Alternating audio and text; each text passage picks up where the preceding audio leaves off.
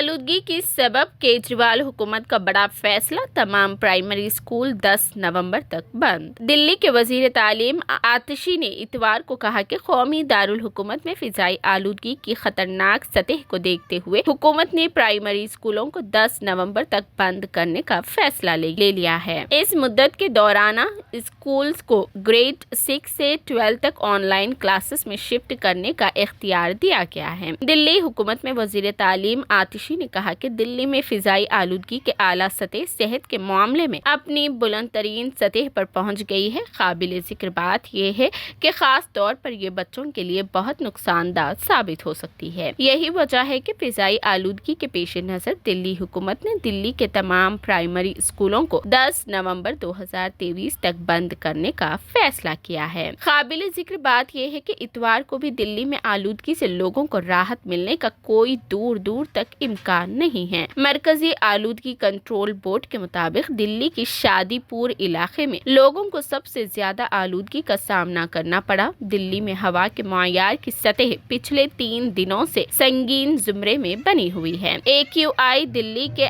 RK पुरम में 472, Dwarka sector 8 में 486, Okhla fades 2 में 484, पतपरगंज में 484, IJI एयरपोर्ट T3 के इर्द गिर्द 480, बवाना में 489, मंडक्का में 474, नजफगढ़ में 472 था। दिल्ली के दीगर इलाकों में AQI की सतह कमोबेश एक जैसी है। दिल्ली के इंडिया गेट इलाके में आलूदगी की सूरत हाल भी तशवीशनाक है। दिल्ली के कुतुब मीनार इलाके में ड्रोन की मदद से ली गई तस्वीर में ये भी बताया गया है कि जुनूबी दिल्ली के इलाके में स्मोक की मोटी परत छाई हुई है। मरकजी आलूदगी कंट्रोल बोर्ड के मुताबिक ये सूरत हाल अगले चंद दिनों तक बरकरार रहने का इम्कान है।